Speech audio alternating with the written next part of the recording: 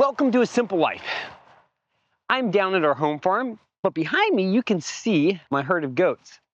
I want to talk to you today about scaling down and trying to avoid the burnout that you can get, especially when you're setting up, building a homestead, a farm, and you're doing it by yourself or, with family. What I mean by yourself is as a family unit. So the reason why I want to talk about this is all these goats behind me are actually being sold. Somebody's coming today and picking them up.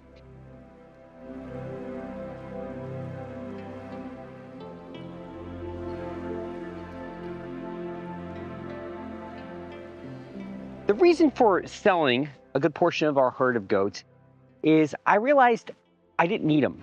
Now, I do need them overall in the future, but I don't need them right now. And the reason I don't need them is what I'm doing up at Herman's is no longer trying to push blackberry bramble back. It's no longer trying to clear areas that are just covered in poison oak or ivy or whatever it is. I'm at a point where I'm building gardens. I'm building infrastructure that I don't want to manage almost 30 goats. And managing 30 goats, they can eat through an area incredibly quickly.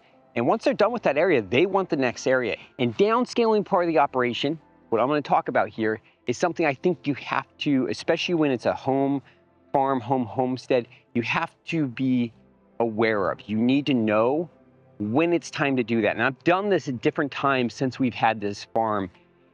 And since we've had Herman's, I've had to go in and decide when is the appropriate time that I just can't deal with a situation, or I no longer want it scaled the way I scaled it. And scaling down is one of those things that can feel like you're quitting. It can feel like you're just giving up. And that's not the case at all. The first time I did something like this, for me, it came across as I was quitting. I remember thinking, man, I'm just quitting. Like I felt like a failure. And then as I started processing what I was actually doing, I realized I wasn't failing. I was making a strategic decision to change my approach to the way I was farming and working my land. And that's very healthy.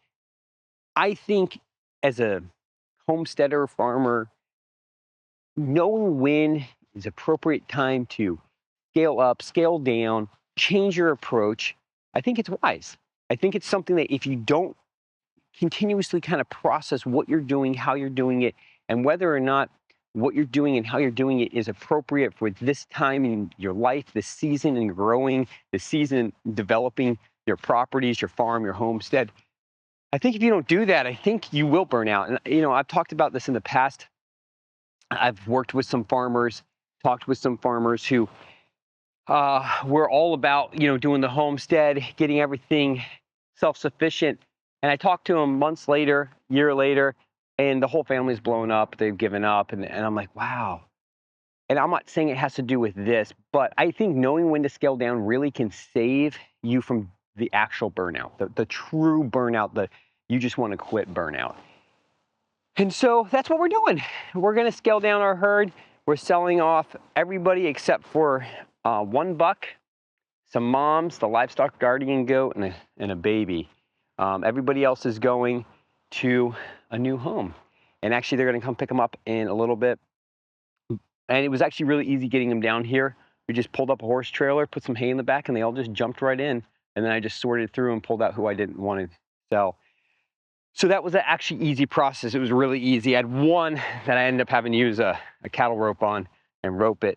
My daughter thought that was very entertaining to see her dad try to throw a rope.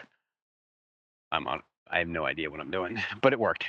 I think it's really important, especially once your family starts to change, changes sizes, changes ages, all that ends up really mattering to, the time that you have.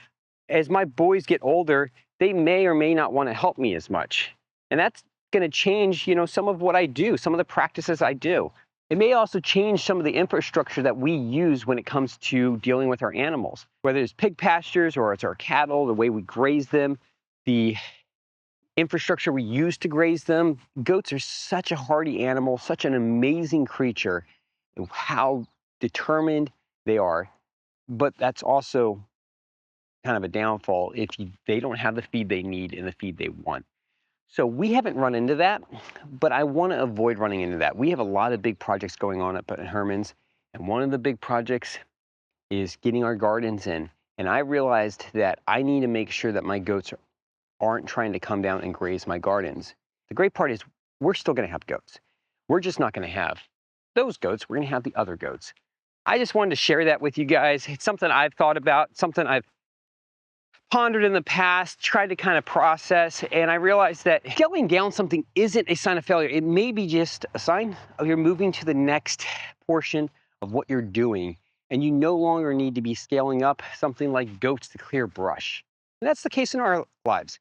Right now, I no longer need as big of a herd to deal with brush on the property because I have a lot less of it, because we've done such a great job of moving them through the property and dealing with it. In the areas that still have a lot of brush that needs to be dealt with, well, we'll deal with that. We can deal with it with mowers. We still have some goats. We can put goats in there, still deal with it. We just don't need the mass amount of goats. All right, well, thank you guys so much for joining us on A Simple Life today.